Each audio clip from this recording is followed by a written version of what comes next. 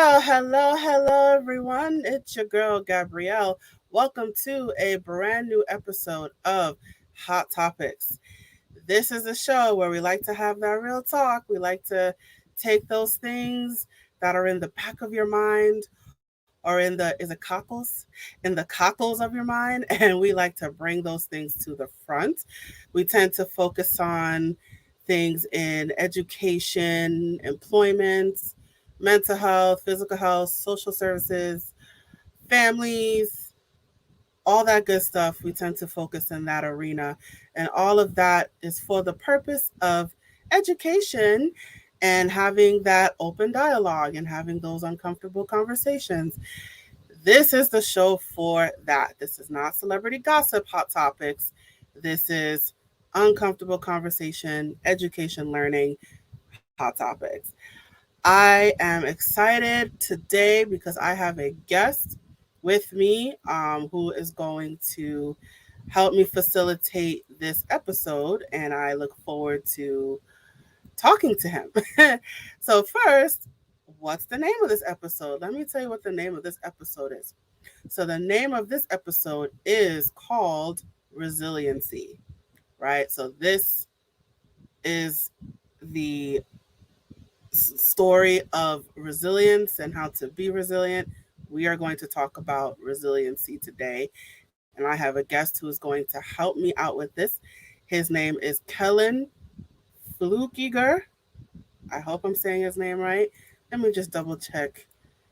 Flukiger. Okay, double checking. Kellan Flukiger.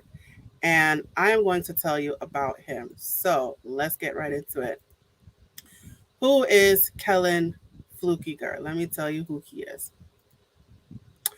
Coming through decades of depression, addictions, life threatening illness, and a near death experience, Kellan has become the ultimate catalyst to help motivated people melt barriers, move mountains, and mobilize superpowers to achieve their true desires. Awesome, awesome. And just want to make a quick plug that he has a podcast called Your Ultimate Life with Kellan Flukiger. The website for the podcast is your ultimate life by Kellan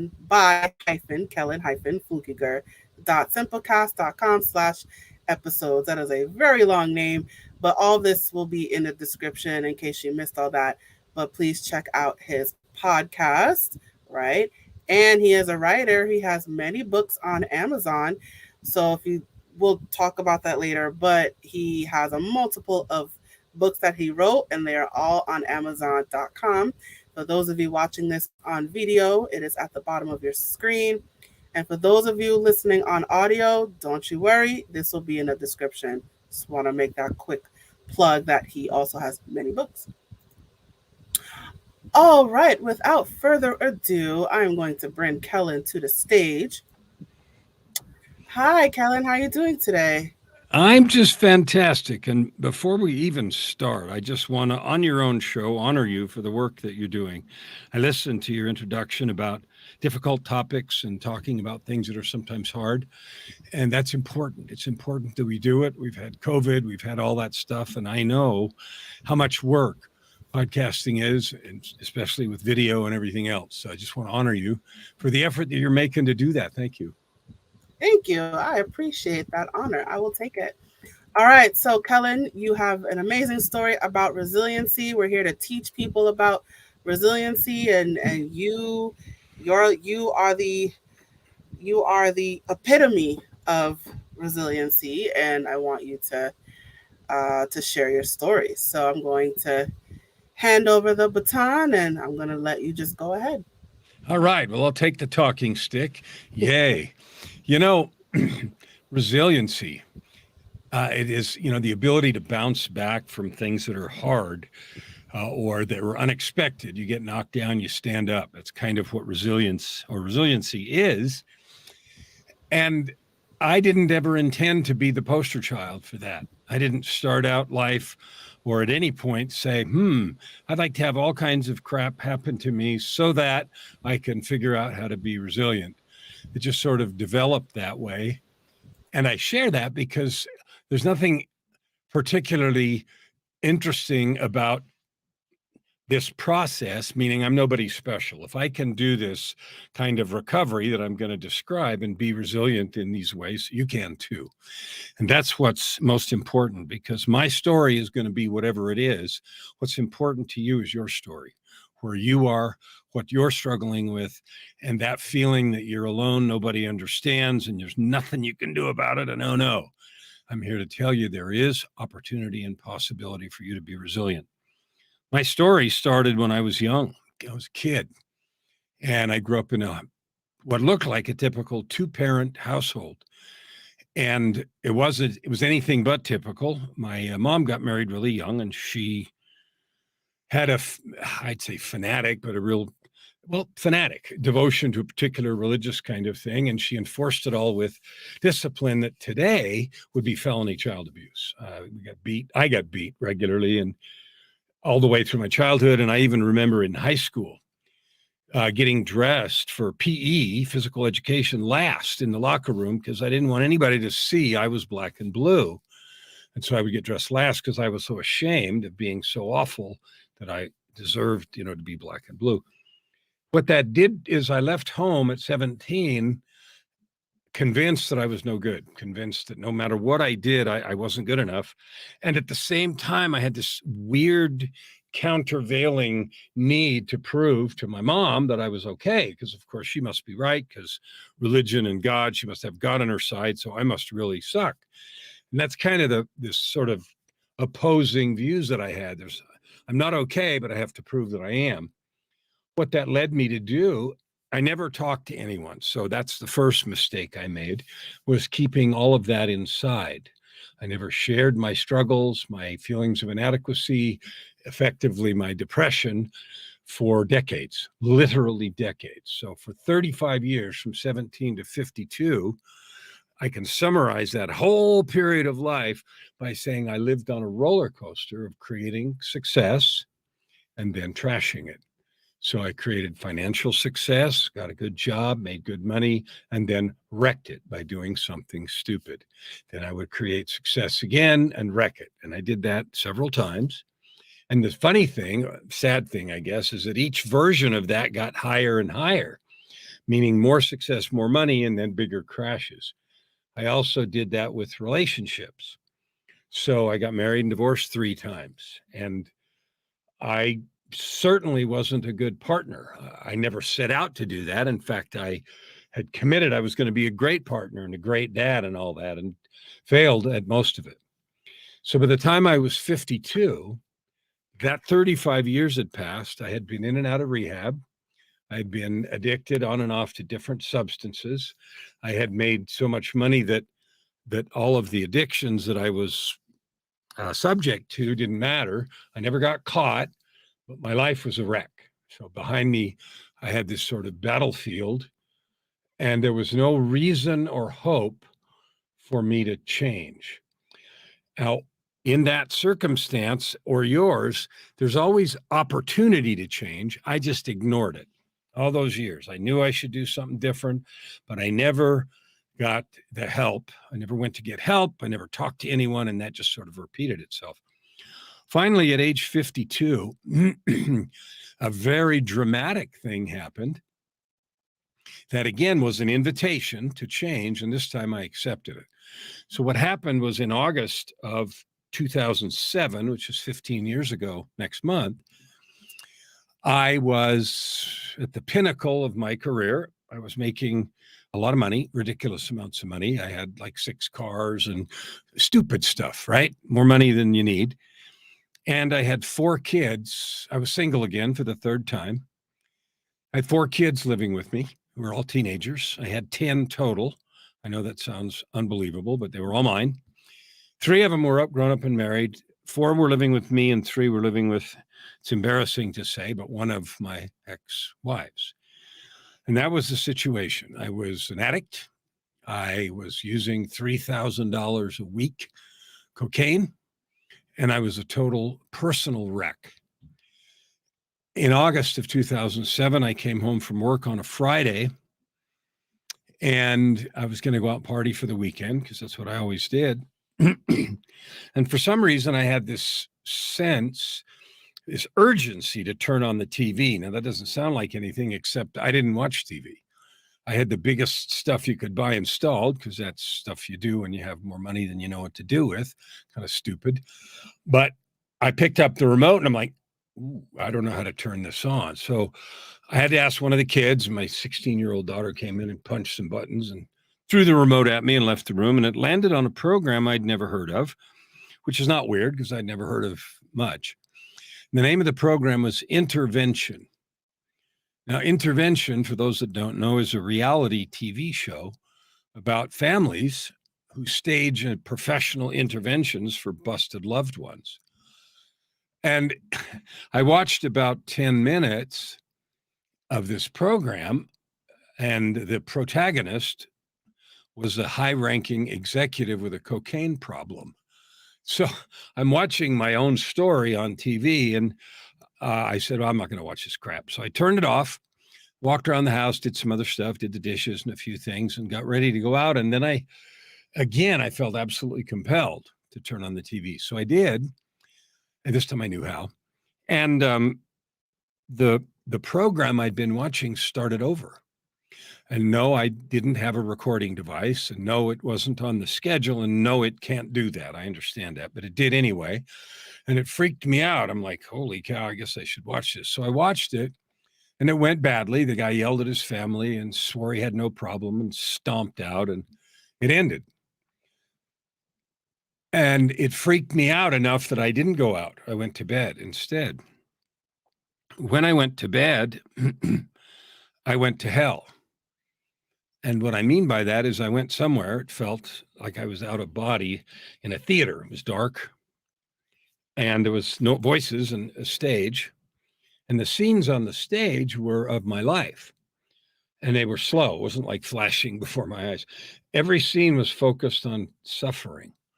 The suffering that I had experienced as a kid with all the beatings and other kinds of abuse, up to and including all the suffering I had inflicted on everybody else as an addict and a failed partner and everything else. After a long period of time of really intense suffering, experiencing this whole drama, I heard a voice, and a voice said, "It is enough." And I woke up and the sun was shining in the window, which was weird because the window faced west. And I got up and realized it was 5 o'clock Saturday afternoon. So I'd been somewhere for nearly 18 hours. And I realized, well, I've been invited to change. I have no idea what to do. I have no idea how to do this. I have no idea how to start this journey of resilience to bounce back from this horrific mess that I'd created. But I knew I was going to do something. So I quit all substances that day. I threw away $1,000 worth of stuff I had laying around and I quit cold turkey. And that experience gave me the courage to get sober, like right now. But it didn't do anything about how I got there, which was complete isolation and feeling not good enough and all the rest. And the depression I dealt with all my life. That was the second part of the invitation, and that happened 2 weeks later. So I went back to work on Monday, and I got, because of the position I had, I used to get free stuff. So you think of CEO of this or that company, people give them stuff, not as bribes, but just gifts. I used to get free concert tickets and free expensive bottles of booze, like I needed that. But anyway, I got a pair of tickets to see a classical concert put on by Yo-Yo Ma. Now, if you know classical music, you know who that is. And if you don't, that's fine. But in the classical world, that's, he's best in the world, etc. So I was really excited, but I didn't want to waste this other ticket because I didn't have anybody to take. And so I asked in the groups that I managed who likes classical music. And some lady in one of the groups said, well, I do. And I said, have I ever given you anything before? Because I gave away stuff all the time. And she said, no. I said, okay, fine. We'll see you there. So I gave her the ticket. We met at the venue and the concert was spectacular. And halfway through, now you got to remember, I'm 2 weeks stone cold sober at this point. And halfway through the concert, I had this feeling. It felt like 2 weeks before, and a voice said in my head, "You need to marry this woman." And I sort of cringed and said, "You're insane." So I've screwed that up 3 times officially and some other messes in between. That's just not happening. Wires crossed or something. So later that night, we were backstage because they were also backstage passes. And the voice came back and said, comma, and you need to tell her tonight. And I freaked out. I argued, I can't do that. I don't even know if she has a boyfriend. And besides that, she works in one of my groups. She can have me like arrested for harassment and stuff. But you don't win those arguments. So I did, and it went about like you would have imagined. She thought I was crazy, and what are you talking about? But she didn't call the cops, and that was the good part. And she went home after that. And over the next 2 weeks, she had her own set of experiences. And after 2 more weeks, so 2 weeks from the concert, she resigned her position. I walked away from millions of dollars of contracts to just change my whole life. And we sort of walked off into the sunset together. And about 6 months ago, we celebrated our 14th wedding anniversary. As amazing as that story is from a sort of romantic perspective, the real thing for me was that she was literally the invitation, the angel that was sent to help me be resilient, to get over depression, to learn how to tell the truth, to learn how to have a friend, to learn how to be a friend. All the things that in my 52 years of life I'd never learned to do. And she decided that's what she was going to do. And I've asked her a whole bunch of times since then, like, what on earth possessed you to quit your job? She had a great career and walk off into the sunset with a drug addict. Everybody in the office knew. I mean, they didn't know, but they knew, right?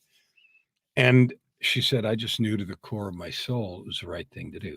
So those two events together, right, one right after the other within a few days of each other, were the invitation that allowed me to make the choice to stop doing what I was doing, to become vulnerable, to get the help I needed, to start to talk to people, to tell the truth, to stop hiding, and to begin a journey of recovery, of resilience, and growth. And since that time, I've completely walked away from that industry. I started life over.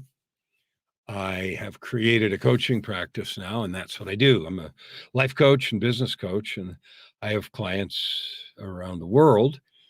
And the reason I picked that is receiving the opportunity, the invitation, even though I had to do all the work, like nothing was magically cured, but it was a strong enough slap with a big enough 2x4 to have an invitation to change, to explore a new way of life, and to say, I'm done with that.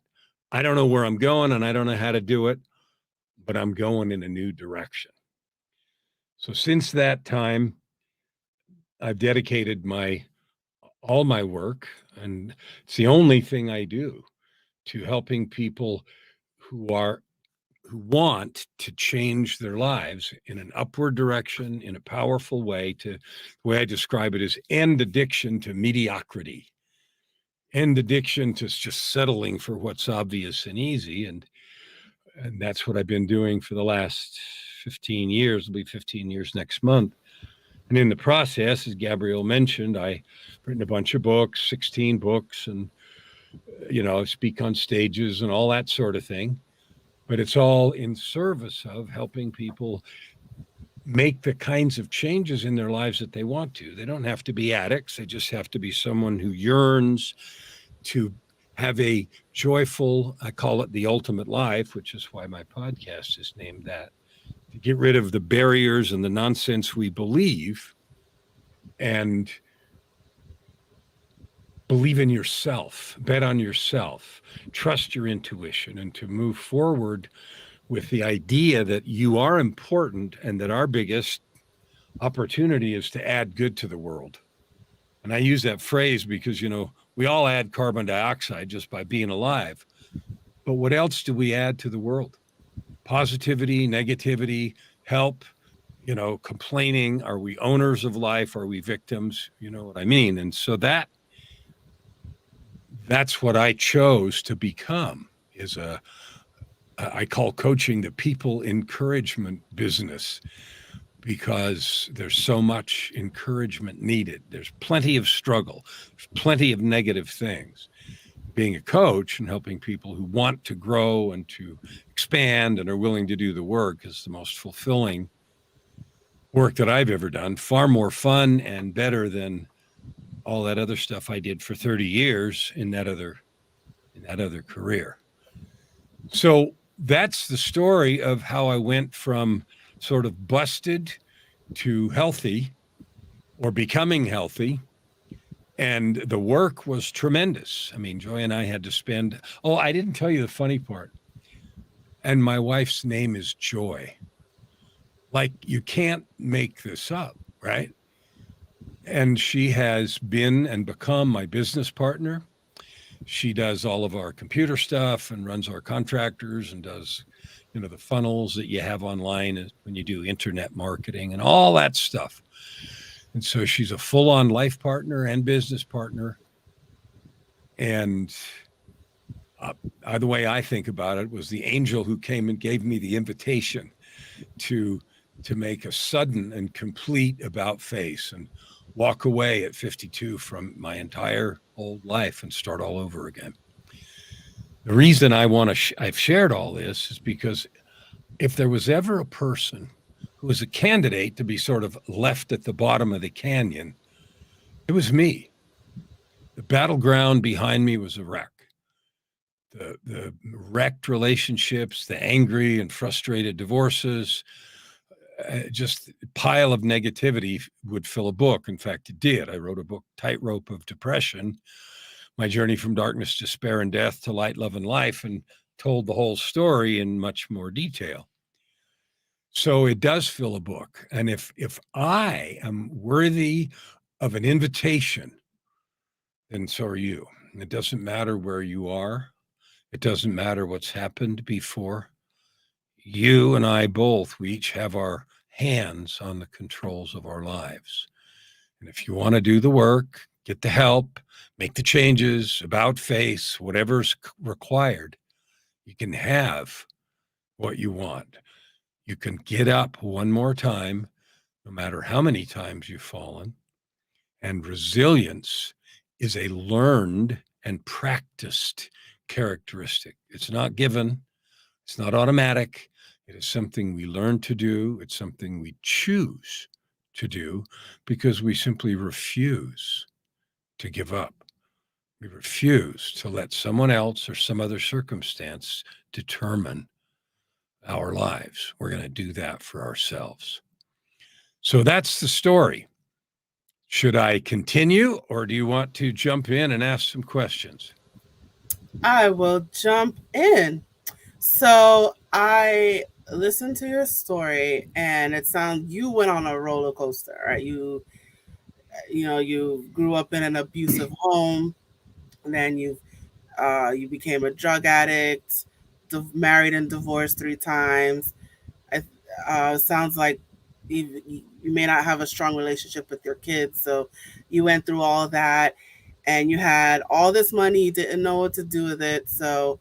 Um, so it sounds like you went through a lot. So it's multiple transitions that you went through before you reach that pot of gold at the end of the tunnel, right? With your wife. So tell me, as you look back over your life, how do you feel about all of these events that you went through? So I get asked a lot. Thanks for asking me that, Gabrielle. And yeah, it was a circus. And yes, the 10 kids, some of them still don't talk to me. There's lots of opportunity there.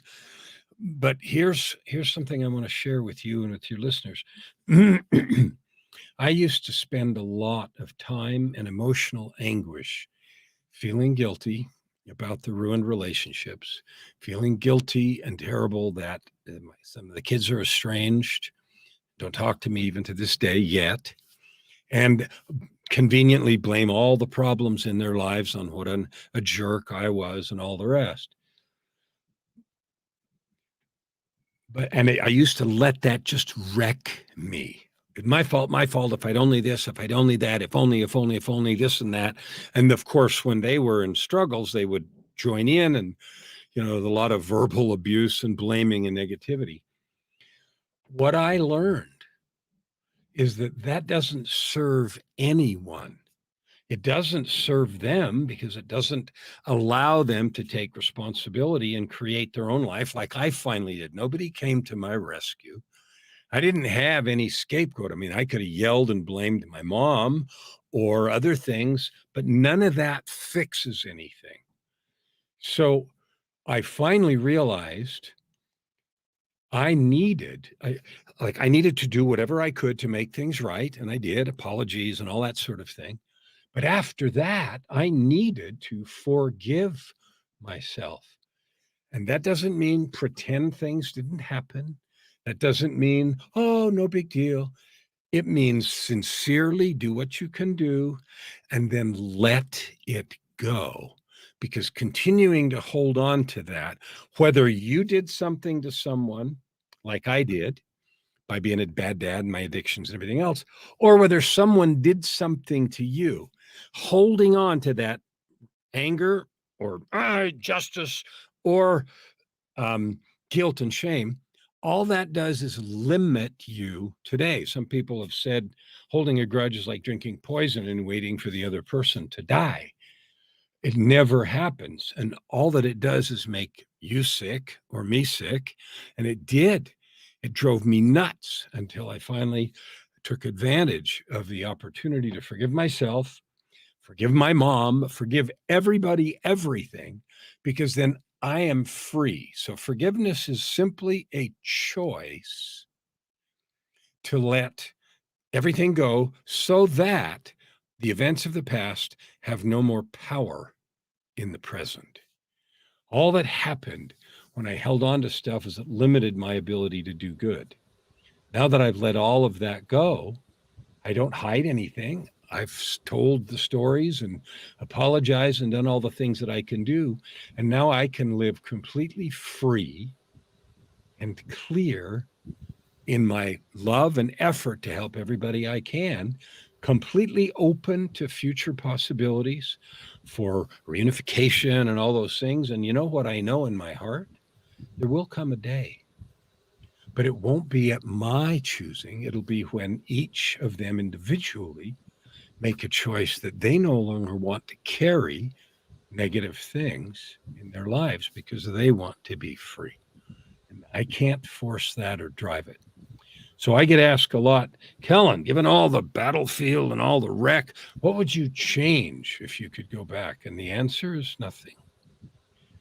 Nothing, because the pain and the misery and the suffering and the sorrow have made me who I am, have given me patience that I never had, has allowed me to love in a way that I was never able to, have taught me the meaning of suffering, not because I need to have any more, but it lets me be empathetic and encouraging in powerful ways as a coach. So, did I sort of answer your question? You did. And you brought up a key point is that,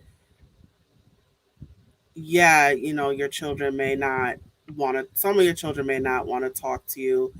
It sounds like they're still harboring anger towards you, but start, you have to start with yourself and, reflecting on your childhood, you have to forgive, make peace with it in a way, and you have to deal with your own battles first before you can deal with other people's battles, and that's one of the key points of resiliency. Did I get that? You got that exactly right. And it's interesting because I've written a lot of books, and every one of them has come out of my own experience. Like, I didn't write any books about something over there. I wrote from my own learnings. And in what you just said, I just published, it'll be out in about 2 weeks, a book titled Forgiveness, a journey of courage to a place of freedom and power. And in my mind, in my experience, the most powerful word in the language is love. The second one right behind it is forgiveness. And those two words open an infinite field of opportunity. And needing to forgive everyone, everything. And people cringe when I say that, but I just say, forgive everybody, everything. I don't care what it is. For, for two reasons. One, it's not in my purview to demand or extract justice for some injustice that I see, whether it's to me or anyone else. I mean, we hear people say, oh, they should be tarred and feathered and dragged in the street and nothing would be enough. Well, we say those kinds of vicious things out of emotional pain. And I've certainly felt that way. But at the end of the day, somebody said that about me too. So if everybody extracted that kind of quote justice on everybody else, everybody'd be dead anyway. We are not the ones to make those judgments. And I just prefer and believe it's the right thing to do to just let the karma, the divine, take care of those things in a larger sort of scheme of things. And so I have chosen, and I say it every day, I forgive everyone, everything. I hold no anger, bitterness, or judgment toward anyone for anything, including myself. And from that place, I feel completely liberated, and nothing on any day weighs me down. And that might sound incredible, and it didn't happen overnight, but it is a true thing that is my experience today. Hmm. So, if you can go back in time and talk to your 12-year-old self, what would you say? If I could talk to my 12-year-old self, I would encourage to trust my intuition. I looked outside as a kid, little kid, you have to do that because you're dependent. But even when you start to be in the teens and young adulthood, I, in an unhealthy way, looked for approval from outside. Everything was to make, in my case, my mom happy, but it couldn't be anyone, a teacher, a priest, a dad, mom, uncle, friends. But it's somebody else. Somebody has to tell me I'm okay because somehow we don't believe it or we don't internalize it unless it comes from outside. So I would do two things. Number one, I would encourage him with all my heart to love himself because self-loathing was my real addiction. The drug didn't matter. You get ask all the time in rehab, what's your drug of choice? And I used to answer with usually it was cocaine, but it didn't matter what it was. My real drug of choice was self-loathing. I needed to hate myself, and the substance was irrelevant. So I would say two things. One, love yourself. Learn to love yourself unconditionally. And if you want to make changes and improve this, that's fine. But love yourself. And number two, trust your intuition, your inner feelings. If I had learned those lessons earlier, things would have been way different, and they would have been. And they aren't. And so I love where I am now, but it's come at the cost of a lot of blood on the floor. Mm. And unfortunately, that has to happen sometimes. You have to cut yourself before you can heal, So I think, um, before any healing begins, you have to get hurt. And I think that is the unfortunate truth about personal growth and resiliency and being strong personally is you have to be aware that there is pain. You have to be aware that you will be hurt, and that comes before um, personal growth and strength. So all that you've been through, you had to, as the commoners, I don't want to say commoners, it's a common phrase of, yeah, you have to hit rock bottom. And even when you said you went to hell, like that's how bad things got for you, is that you had to go to hell. Um, and so you went through that in order to change. So the fact that you went to hell first before changing, it's sort of, as opposed to just changing, that's the unfortunate truth about overcoming obstacles and resiliency, is that you have to get burned before you can get better. What are your thoughts on that? I agree with you, but I'm going to give it a little different spin. I I'm spiritual. I have experiences with the divine intervention, and I have another thing. I died just 4 years ago, and that's a whole other experience. I had a near death experience. But here's the point. We do what you said is exactly right. We have to hit rock bottom or hit a wall or you know cut ourselves, however you want to phrase it. But I don't think the divine, the creator, was stupid. I think it's designed that way. I don't think this life. I read an article once that said at any given time, more than 50% of the people in general are going through something really hard. Not small, not trivial, but really hard. So that means most of the people around you are really struggling with something. Now, I can't imagine that the creator was such a novice that he had no idea how to create a life that didn't do that unless it was on purpose. So it seems to me that the purpose of this life is to learn from our own experience and then choose, if we want to grow, to become resilient, and to take advantage of the resources to become more developed, more kind, more gentle, more patient, more loving creatures. And so I totally agree we have to hit that. And I don't think it was a mistake. I think it was designed that way. And so, as much as I sometimes might have wanted to scream at the heavens, why is this? Why is that? At the end of the day, at least where I am now, it seems like life was designed to have hard things happen. I don't mean that I was going to go this terrible route no matter what else I did. I think we all choose our own misery, but that it's designed into the experience so that we can become resilient, more compassionate, more loving, and better people through those experiences. And I think you can't get that kind of deep development in any other way. You can't just do it without the pain.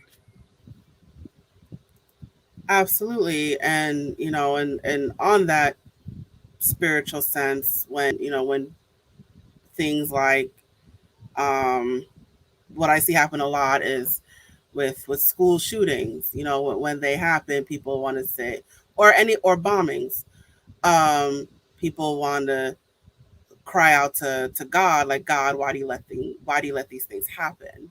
And um I think that my personal belief is that he allows these things to happen, um because it's some it's the catalyst for something better, right? Mhm. So, and we have to be aware of our own wrongdoings. So being aware of our own wrongdoings, that's one. And two, it's a catalyst for something better. So something like,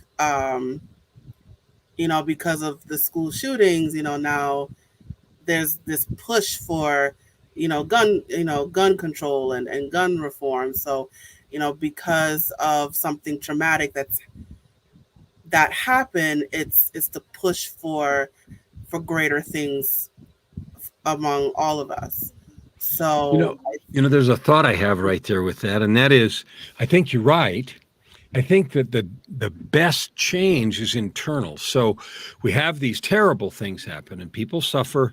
And if this 70 or 80 years, or 7 years or 9 years, when children get hurt or killed, if that's all there was, then it would be impossibly unfair, and there would be no explanation for it.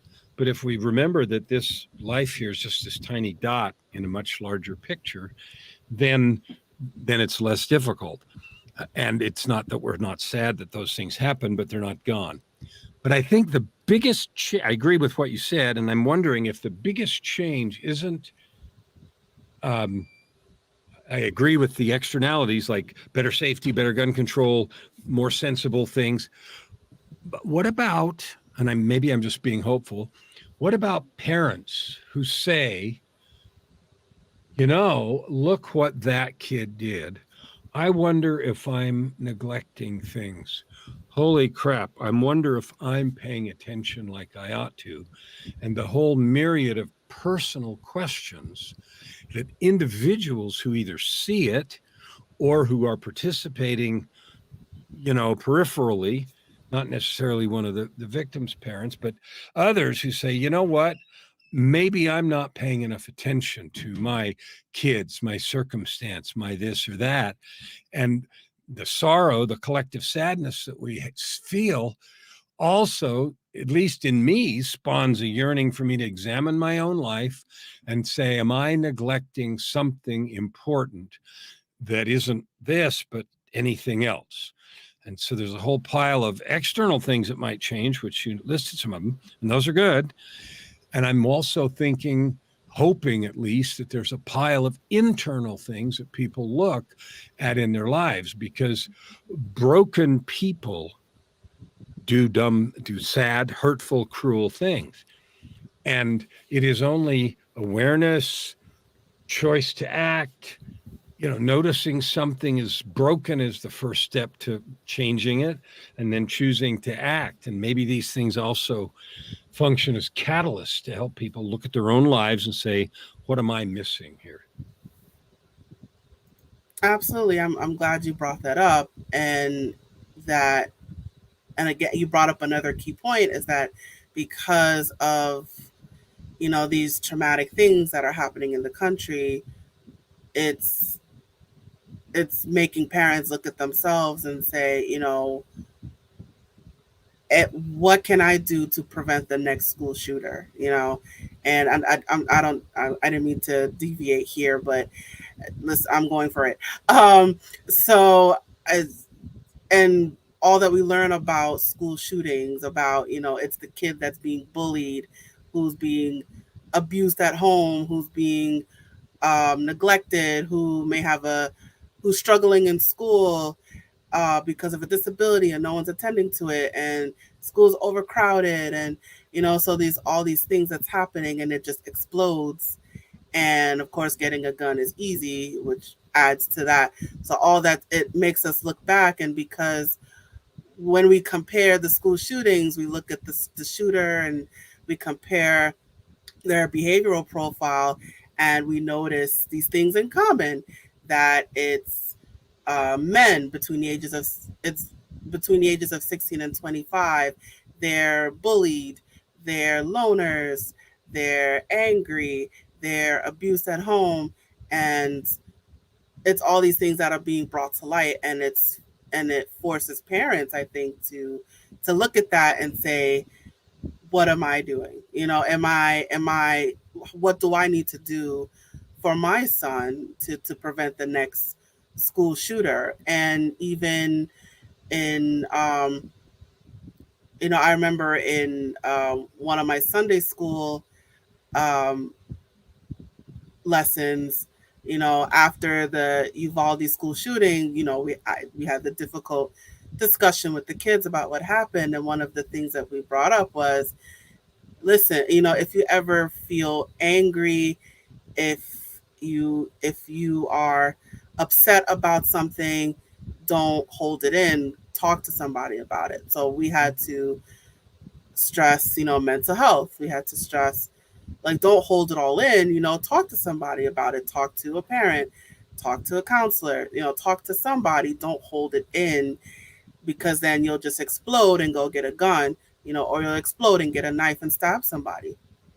So all that, just to bring it all back, I feel that these things are meant to happen because there is something that we're neglecting, and we keep neglecting it, and then it's one thing after another, and then it just explodes. And so it's forcing us to it's forcing parents to look at how they how they address their sons and how they address their children and what they need to do to improve the way that they raise their children.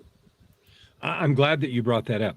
And I think it's fine, and I don't think it's off topic at all. The divine, I don't think, causes those things. They allow our own stupidity to take its course, just like happened in my life. And that neglected child or multiple neglects, all those things go to those places. And hopefully, when those horrible things, which are the natural consequences of our neglect, play out, it does wake us up. And then we take some other steps besides, because you can't pass enough laws to fix the lack of love. You can't pass enough laws to fix the lack of real attention and a place to talk. I didn't talk to anybody. I kept it all inside and I exploded. I didn't do it in that way. I hated myself enough to drown myself in substances until, I actually attempted suicide twice. So it does exactly what you said. And I did keep it all inside. And our cultural thing that says, well, we're not supposed to talk, or especially men, blah, blah, blah. It's just so wrong. And it builds this kind of anti-resilience until you heap it on yourself, until you collapse under the weight of all of it. And so two things I would note in agreeing completely with what you said is don't hesitate in any sense to get help. Right this minute, talk to somebody, talk about your feelings. I don't care what somebody thinks. We have this disease, I call it WITOT, WITOT, and it stands for what I think others think. And we're so worried about what somebody's going to think or say about us. Who cares? Like, go get the help you need, talk to somebody. I just completely agree. And the second point I wanted to make is it's never too late. I don't care where you've been or how late it is in your life. I was 52 before I finally woke up, and you might be 35 or you might be 62. Who cares? Start today, because today, no matter what's come before, you can start in a new direction.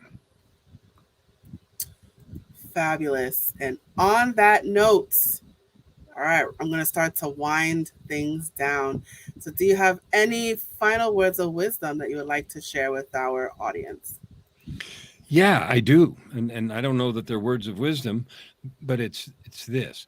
You, each one of you, are an intentional divine creation. We didn't talk about the near-death experience that I had, and we didn't have time, and that's fine. But I can tell you for absolute certain, nobody's here by accident. Each of us chose to come. Each of us have divine gifts. We have a mission. We have a purpose, and you're infinitely valuable. So the idea that you're somehow nobody is not true. So I would tell you that and reassure you that. And the other thing is, you have the opportunity to add good to the world, to create something out of yourself if you want to. And I would encourage you with all my heart. I don't care where you've been. Like, make a choice today to pivot, to turn a corner, to start the upward trajectory. It doesn't have to be all at once. It doesn't have to be at this steep angle. If you got 1% better today, if you took 1% more responsibility for just one thing, just 1%, and you did that every day in 100 days, that's only 3 months, you'd be 100% better at taking 1% more responsibility for doing your homework or your assignments at work, or taking control of your life, or improving your relationship, or anything. Just 1%. It's not a big assignment, and it accumulates fast. And the other thing I would say is the same thing I would have said to my 12-year-old self. It's really important to love yourself. I don't care what's happened before. You're valuable and you're worth loving. So love yourself. You have permission, to the extent I need to give it to you, or anyone does.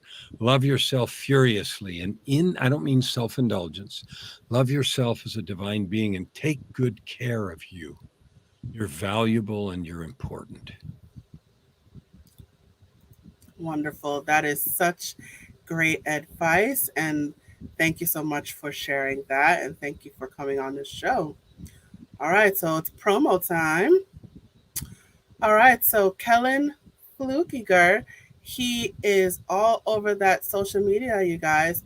So his website is www.kellanfluckiger.com. He's also on Facebook, Instagram, Twitter, YouTube, LinkedIn. He is everywhere, you guys. So I encourage you to go to all of his accounts and follow him on every single one of those accounts. So it's at the bottom of your screen right now if you are watching this. And if you are listening on audio, just check it all out in the description. But I encourage you to go to all of his social media accounts and follow him. So again, that's Facebook, Instagram, Twitter, YouTube, and LinkedIn. So check him out on all of those platforms. And again, his website is www.kellanfluckiger.com. And I also want to make sure that I shout out his podcast called Your Ultimate Life with Kellan Fluckiger. Can you tell us about your podcast a little bit? I can, and I just have to love you for working so hard to say my name right.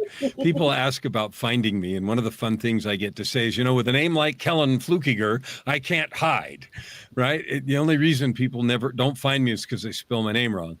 Because there's only two Kellan Fluckigers in the world, and the other one's my son. So the podcast it has a fun story.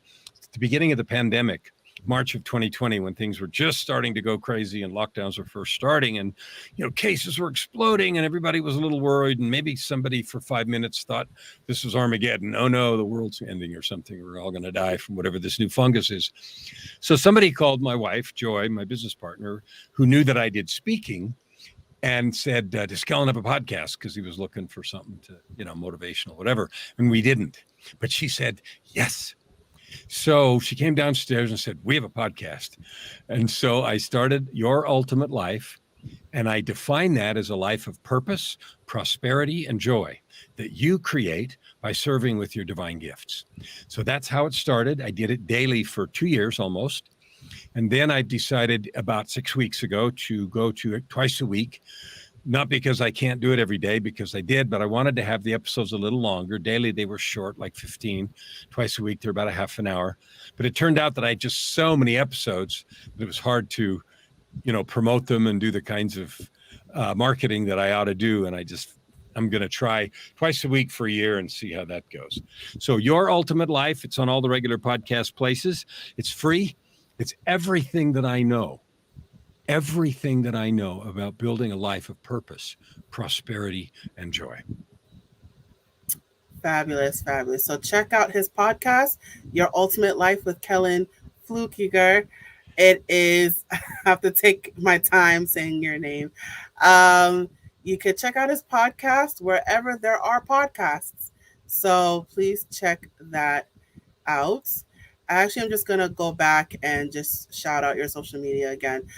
So on Facebook, it is Coach Kellan Fluckiger. On Instagram is Kellan.Fluckiger. On Twitter is Kellan Fluckiger, all one word. YouTube, well, that's really long. Check that out in the description. And LinkedIn is just his name, Kellan Fluckiger. So, well, your YouTube channel is just your name, right? Yes, it is. I actually have a couple of them. The one that is connected to this is called Ultimate Life Formula. And as you notice, Ultimate Life is the real focus of everything that I do. And I also have a website, yourultimatelife.ca, which is where I have also resources and materials to help people create that life they love. So you have 2 YouTube accounts. I do, and 2 websites and lots of stuff, but you can find them all just by going to my one website, kellanfluckiger.com. All right, there you go. There you have it, you guys. All right, and lastly, it looks like we're going to go overtime a little bit, but that's okay. And I want to make sure that we plug in your many, many books. All of your books are on Amazon. So tell us, well, if you could summarize all of your books, I wrote 5 books about meditation because it's the most important skill that I've ever learned to balance my life and to get sober and productive. So, meditation, I wrote 2 books about my own journey, Tightrope of Depression and then Down from the Gallows. There's a third book in that trilogy that'll be out next year.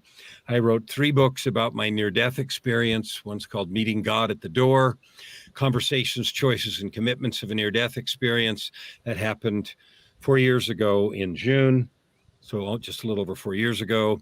And then I wrote a business book called The Results Equation. And then I wrote a book about how to write books because I figured out after I wrote a bunch that I had a good system, and it's called the Story Arc. So every one of them is designed to help people find their voice, express themselves, develop the resiliency that you're talking about, love themselves, and add good to the world. So that's every one of them is about that. And I know I already said it, but where can we get your books? Amazon, they're all on Amazon. So amazon.anything.ca.com. And all you have to do is put my name there. There's books, there's music. I own a recording studio. I wrote albums for some of the books and told stories out of the Tightrope book and all kinds of stuff. So I'm all over the place if you want to find me. All right. And is it like paperback? Is it ebooks? They're paperback and hardback. They're not on Audible yet. I'm going to do them there. It just has taken me a while to do it, and I'm going to narrate them. So they're not on Audible yet, and I get asked that all the time, why not? And the answer is I just haven't got there yet. But they're all paperback, hardback, regular books on Amazon. All right. Beautiful. All right. Kellan, thank you, Kellan, for joining me today. You are just delightfully welcome. And again, I want to end with honoring the effort that you're putting into lifting and blessing people's lives. Thank you. Thank you so much. This was definitely enlightening. And we got to have a part 2 somewhere. We got to do this again. All right. All right. Awesome. All right. So I'm going to place you off camera now. And you guys, it is just you and me. I know we're over time, but we're just going to this conversation was just so interesting. I just had to, keep going. But anywho, we have reached the conclusion of our episode. Oh wait, I forgot my banner. Um, Give me 1 second. I forgot my banner. All right, so we have reached the conclusion of our episode, you guys. Thank you so much for joining us today. I know it's so sad, but we have to wrap it up. We have to go. So, whatever platform that you are taking this show in, whether it is on video or whether it is audio, whatever platform um, that you are embracing hot topics, I ask you to please check out our other episodes and don't forget to follow and subscribe. And while you're at it, please let us know what you thought about this episode by leaving a comment in the comment section or in the comment thread. I would love to hear your feedback. As a reminder, this podcast is a production of A Step Ahead Tutoring Services. So if you would like to learn more about our company, the things that we have to offer, what we're all about, maybe you're looking for a tutor for your own child or even for you, because we serve adults as well, please visit us online. Our website is www.astepaheadtutoringservices.com, and we are all over that social media as well. We are on Facebook, Twitter, Instagram, YouTube, Eventbrite, WhatsApp. We are all over the place, so please check out our social media as well. But definitely go to our website, www.astepaheadtutoringservices.com. And I want to make sure I plug this in that if you mention, when you reach out to us and you mention that you heard about us from Hot Topics, we will give you 15% off 6 hours of tutoring. I'm going to repeat that again.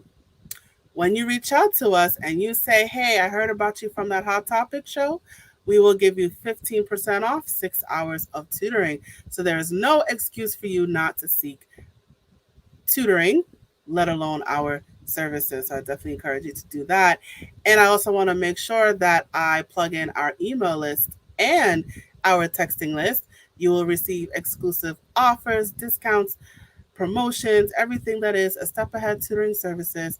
I encourage you to sign up for our email list and our texting list. That information is in the description um, for our audio people. And our video people, it is scrolling below at the bottom of your screen. So I encourage you to sign up for our email list and our texting list. I encourage you to sign up for both of those things. All right. And I'm going to share this final message before I officially close. Hey there, have you heard of us? We're a small team of tutors here at A Step Ahead Tutoring Services. We believe that education and information should be accessible to everyone, regardless of income, race, or creed. We're dedicated to making this happen, but we need your help. Please consider making a donation to our company. No amount is too small. Your donation will allow us tutors to remain employed, offer free and low-cost services, put on productions like this web series, and reach out to families nationwide. With your help, we can tackle the academic challenges of our students and the emotional, mental, and behavioral changes that result from these challenges. As a bonus, we can improve our communities in the process. Support us today.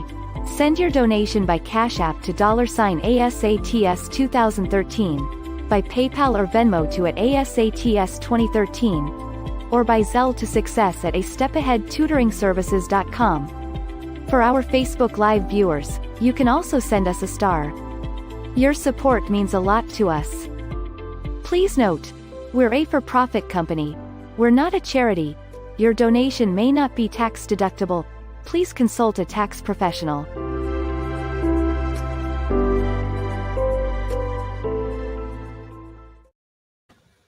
All right, you guys, that's it for the episode. Thank you so much for joining us today. And now I am signing off. Bye.